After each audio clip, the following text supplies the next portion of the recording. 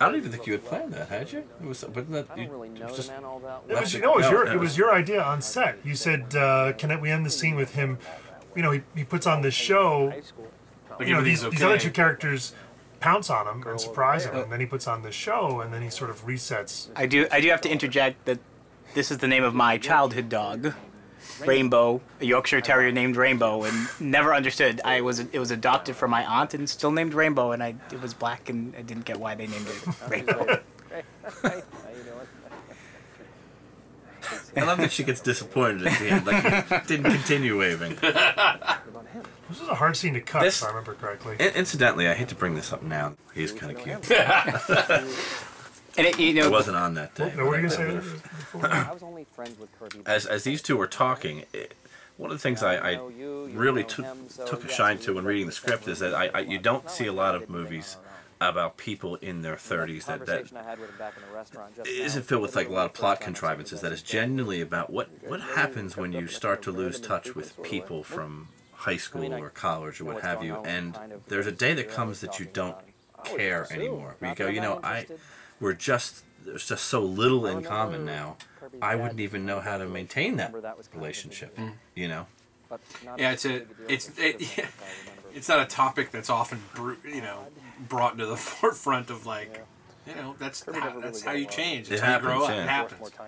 I've actually had a couple of people come up to me and say that the film speaks to them primarily because it is a film about people in their 30s, and they were in their 30s, and it speaks to that. No one hates people in their 30s more than Hollywood. They just hate them. They hate them. They don't know, you know, they're too smart for their silly advertising. They're pretty much set in their ways. And I think I know everything. Yes. How did this conversation? Do you know everything? I have often thought you do. Yeah. You guys do a nice job at this, Paul. I thought I made it quite clear. Okay, the ball is in his court. Okay. Did I tell you about the Christmas cards? What, from your parents? Yes. Although it was like I was saying before, it was I remember this is one of the scenes that we got stuck on in the editing process. It's a very real scene. I mean, coming as a gay man, it is a very real thing to suddenly have these things where you're moving this line in the sand between you and your parents. Like, well, is it their fault? Is it my fault? Why are we not communicating? You know, and in this particular case, you know, it's common. Your parents have a hard time with the fact you're gay, right? Yeah. Well, you know what? Get over it, okay? I'm their son. They're supposed to love me unconditionally. Period. End of story. Good day. Okay. Yes. But Paul, you and John have a great chemistry. In a sense, Thanks. when you're saying that, aren't you the one that's putting the conditions John's on the relationship? Great. He comes to the table with so much. He's so professional. Yes. Whose side are you on anyway? No. They don't live there anymore. I know that. You found that rehearsal. Above market value, I'll have I know that. I guess that was one of the nice things is that because even though we were on a small budget and we didn't have much time to shoot, the pre-production process was fairly long, and we spent a lot of nights rehearsing these scenes. And you guys were really able to find your moments. Now we're back in Rhode Island here. And again, when I first saw this put together, I was still amazed at the magic of Hollywood. When the inside was Los Angeles and outside, and it doesn't look like a beat has changed. You know, because we shot this first with those 4 days of shooting in Rhode Island before we got to the LA stuff. But I think it's the tone is the same. The character, it's almost like not a breath has I'll go back to rehearsal. I'll give that to the rehearsal again. You rehearsed this film like it was a play first, and then we just shot it. That's how we did blogging. We did a lot of stuff. I'm sorry, but I don't know if it cuts back to that, but the light sort of behind the Santa and everything, it's a beautiful shot. I mean, Josh, once again, Josh Blakesley he did a great job. Excellent job. Yeah. Was it? Which bears the question: why black and white, James? Well, there's two reasons, Paul. I'm glad you asked that question. The first reason is that, just thematically, we thought it was appropriate. I mean, you're sort of talking about issues that some might say are black and white, and I don't think they are. I think they're muddy, and there's lots of gray, and that's what black and white is. This film is not a black and white film. It's really lots of different shades of gray, and I think that thematically is appropriate. The second reason, and perhaps the more important reason, is that when you shoot in black and white, you can hide a lot of shit in the shadows. So if you don't have much money, it makes it much, much easier. The best example of that is that scene we were talking about at the house that looks like it's got snow on the outside when you walk outside onto the porch and the cab comes up. Right. Because Josh was able to blow those shots out a little bit and it looks like snow. If we had shot it in color, we would have had to spend much more money trying to dress that. I actually had someone, and it's a wonderful thing after the fact where people read things into what you've done that you maybe didn't consider, but somebody said to me, Christmas time is such a colorful, beautiful, multicolor holiday, but that's not where Patrick is.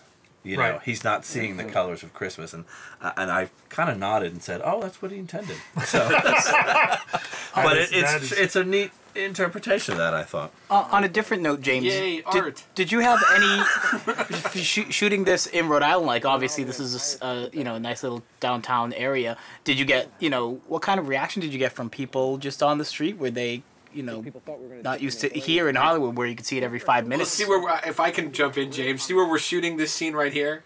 There's a stop sign that you can. What's he doing? That Kirby. That Kirby. Going to that restaurant, The Place. Great place, delicious.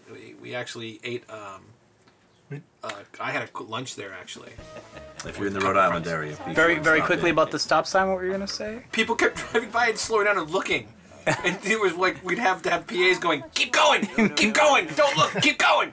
Who is this lovely actress? This is Molly Beck Ferguson, my lovely wife. She's very good, incredible trained improv artist who anything you throw at her, she'll throw back, and she's just always completely in the moment. It's just a blast doing the scene with her.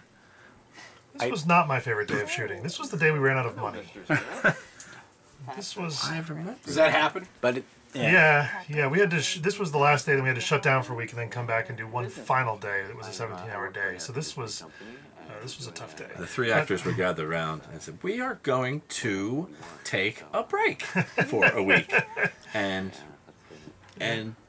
regroup."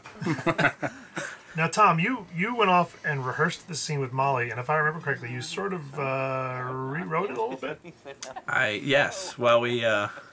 You rewrote our stuff? Tom's a writer as well. You and Molly's brilliant, so. I think actually we started this scene, rehearsing the scene, just by playing the beats of two people trying to flirt with each other, and then we went into the dialogue and reread it from there. I think that was actually even Molly's idea, and great line. He had a bit of a finger fetish, actually. It would make me play an oncologist. Really? Always gets a laugh. I love the way he lets go. This beat's great. And drink. It's actually Molly's face right here. That right. I shared too much. That's where my eyes go every time I've seen this. And then waves the hand. There's a little warm in here. And then Tommy, you're fantastic in the scene because you so nail the I'm really not interested, but I have to pretend to be listening. It's I just want to get. Tommy's got the flirt sweats. Yeah. Yeah, flirt sweats. This is real life here. This is how I've picked up exactly half a person in my entire life in a bar. Absolutely. You guys have good chemistry too, you and Molly. Yeah, I just love working with her. I love that. You're not listening at all. Just great. But this is also back. Did we already say that? Back in L.A. Mm-hmm. This actually used to be. If you're ever in the Vine Street area, I highly recommend it. Was it 3 clubs? Three clubs, I think. 3 clubs. It was the. When we were young pups. When we first moved out to Los drink in Angeles, it was the cool place to go and get annihilated in. Actually, it was very weird being in there shooting, knowing that. Really? Hello, Min County. How's Rivet doing? It's good. His sores are they're almost completely healed. Why did she name the dog Rivet? I think it's funny. I think it's a great name, but all I picture is a metal plug with legs. But I also love how he knows everybody in town through their pets. Yeah, exactly. Yeah.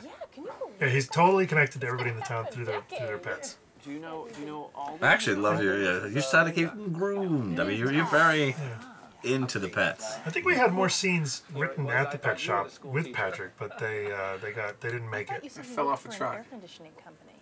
I teach air conditioning?